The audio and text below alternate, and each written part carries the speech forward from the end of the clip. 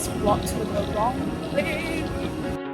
We parked your parents came in the cul-de-sac, leaned back in a leather-clad seat, pack of spirits in your Prada bag, suburban summer 17.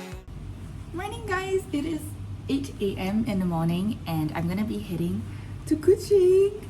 But I decided to take the longer route to Kuching, so I will be going to JB and then flying to Kuching from JB. It's a little bit late, so we'll see how it goes. Bye! It was my first time going to JB by bus and I was super confused because I didn't know there were two different interchanges in Woodlands, but I managed to find my way and immigration was really very smooth because it's a weekday. So I reached JB and cleared customs, and I've got about 4 hours here or 6 hours here, I don't know, before I fly to Kuching. So I'm gonna go get something to eat. I went to City Square Mall because that is right beside the customs. It's so Singaporean of me, but there's a queue. I know there's just one of me, but since I'm already in the queue, I decided to just get 3 things. So 1 soya milk with gula melaka, 1 nasi lemak, which I heard is very popular, and my favorite of all time, the bolo bao.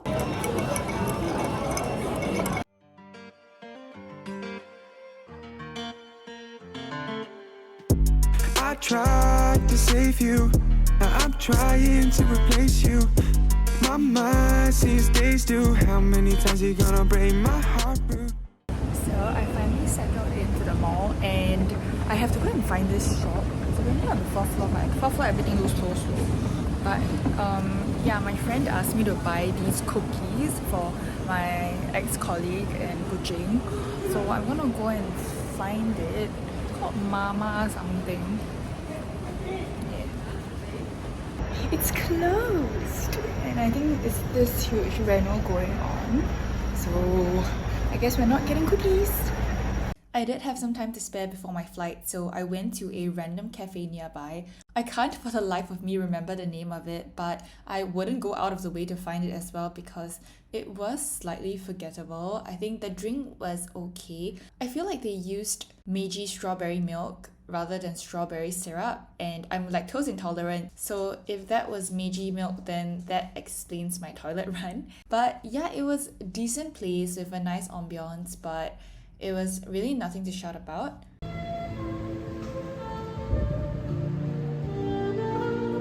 I have arrived at the airport and I'm supposed to be flying like now, but the flight got rescheduled, so boarding time is now. I'm gonna go and find my way around, and I haven't lost touch of my bahasa. My rider was like, my driver was like, drop di sini or di sana, and I'm like, di sini, okay. I still remember what is di sini.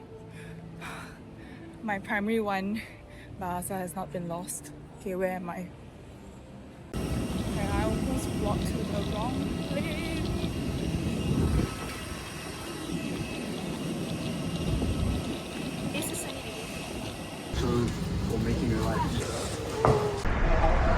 So the rain has finally stopped and I'm at the airport. I don't even know which door I'm at, but I'm waiting for my driver and he's 3 minutes away. I think it will take, I don't know how long to get to my accommodations, and then I'm just gonna very quickly drop my stuff off and maybe just charge my phone a little and then head out to meet my friends. We're going to this place called The Junk that it's like a resto bar kind of concept, and I've been there before. The live music's pretty good and we're gonna go there to drink Tuak. Is it called Tuak? It's like this rice wine? I don't know, I will get back to you guys, but it's like a rice wine thing that is made by the indigenous people here. So it's really nice, it's very sweet, it's kind of like sake. Yeah, I'm just yapping while I wait for my driver to arrive. But yes, welcome back to Kuching. I didn't film checking into the accommodations because it was extremely chaotic. The accommodations I booked was really in a bad shape, and even the walkway itself was very, very scary. There was this whole situation whereby I was just contacting the owner and there was so many back and forths, and then I just had to drop my luggage at my friend's place and then go out because I was late for my appointment. I met my ex-colleagues and it was just really nice hanging out with them again and catching up over Tuak, lots and lots of Tuak. And yeah, it was just a really nice way to start my trip.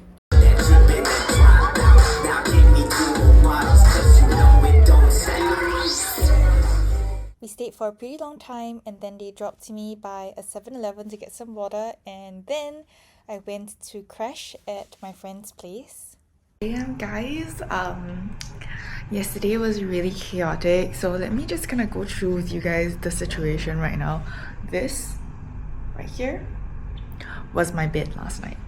Yes, I slept like this, and it was okay. It was really cold and I didn't have a blanket, but yeah, life happens. So basically what happened was that the accommodations that I booked was really bad. There were cockroaches running around the moment I walked in, and I told the person and she was like, okay, may I offer you another room? And I was like, okay, we can try.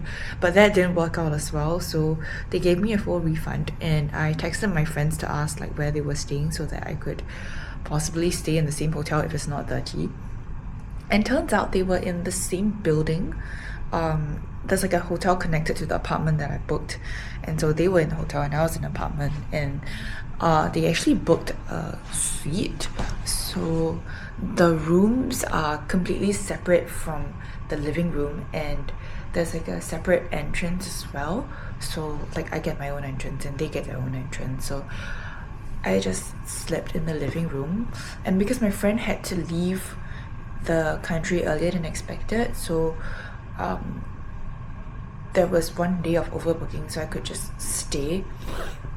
So that worked out for me, but yeah, it was a 3 to 4 hours of sleep last night. It was not great.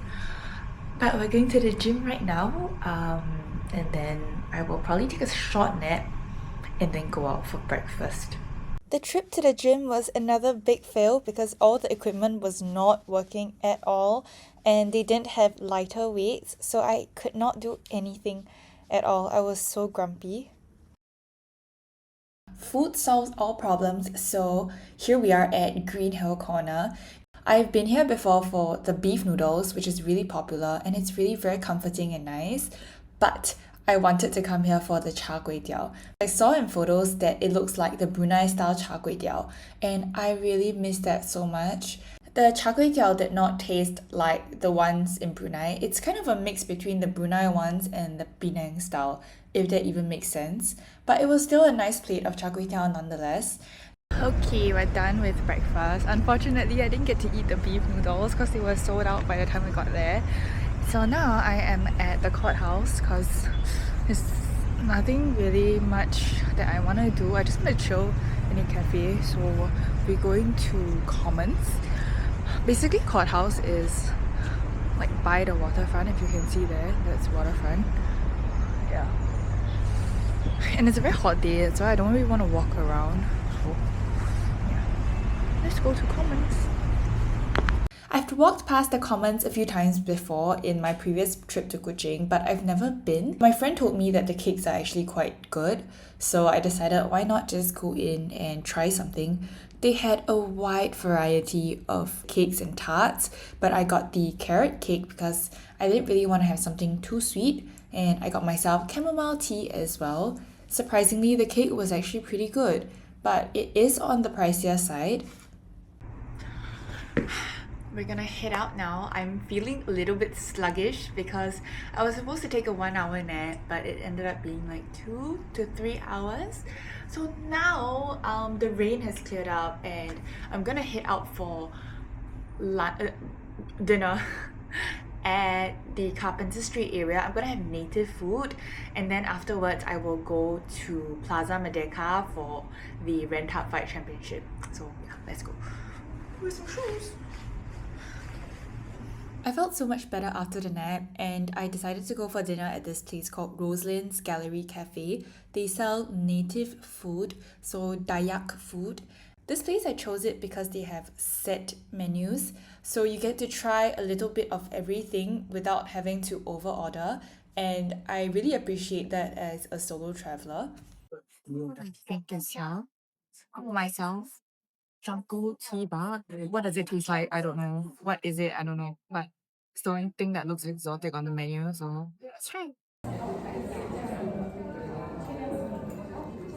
Okay, so I got myself a set, and the set comes with rice, and I believe like pickled vegetables, and then this is cassava leaves, which is called daun ubi, and then also ayam pansu, which is like this. It's basically chicken cooked inside bamboo. Yeah, it has a very comforting flavor to it. It tastes a bit like gai dai nam minus the Thai herbs. Yeah, but the chicken is not as tender as gai dai nam. You guys call it cooking style. Enjoy your food. Oh, thank You must have been waiting for a while. Oh, Very big of crowd today, huh? sorry. It's a big crowd today. Yeah, it's a good thing, right? The dish may look a bit dull, but it definitely packs a punch in terms of flavor. So the first thing you see on the plate is the green lump of leaves. It's actually pounded cassava leaves. It's called daun ubi. It tastes a bit like mani chai. The star of the show is actually the soup that you see on the table. It's called ayam pansu. It's basically chicken cooked in the bamboo stalk. I would liken it to an Isan dish called gai dai nam, but minus the Thai herbs. Overall, it was a nice, comforting meal. The staff was super friendly, and even though the service came a bit slow, they did mention that it's because they're pretty busy. I did read some reviews that the food doesn't come out very fast. So if you're coming here, I think you should manage your expectations in terms of how quickly food gets served. Yes.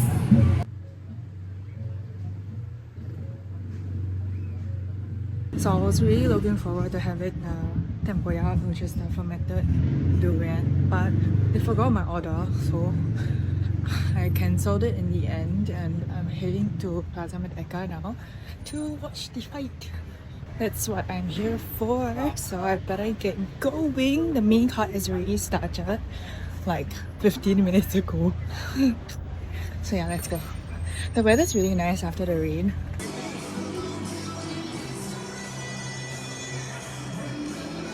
By the time I arrived, there was just about 4 to 5 more bouts left. It was very exciting to watch. The fighters were all so talented, so technical, and the crowd was insane. It was not ticketed, so the entire mall was filled up from the first floor all the way to the top floor, as you guys can see.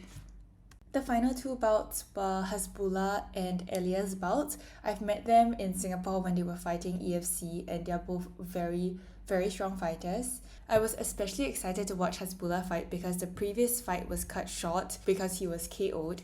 It was such an intense match, I didn't even get to film, but he showed so much heart.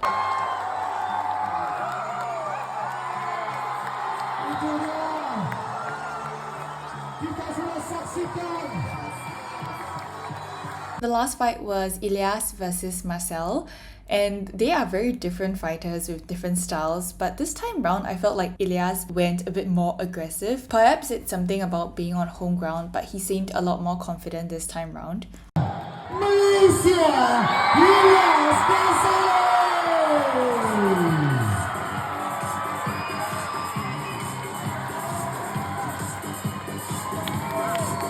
And yeah, that is the end of my night, and I'll see you guys in part 2. Bye!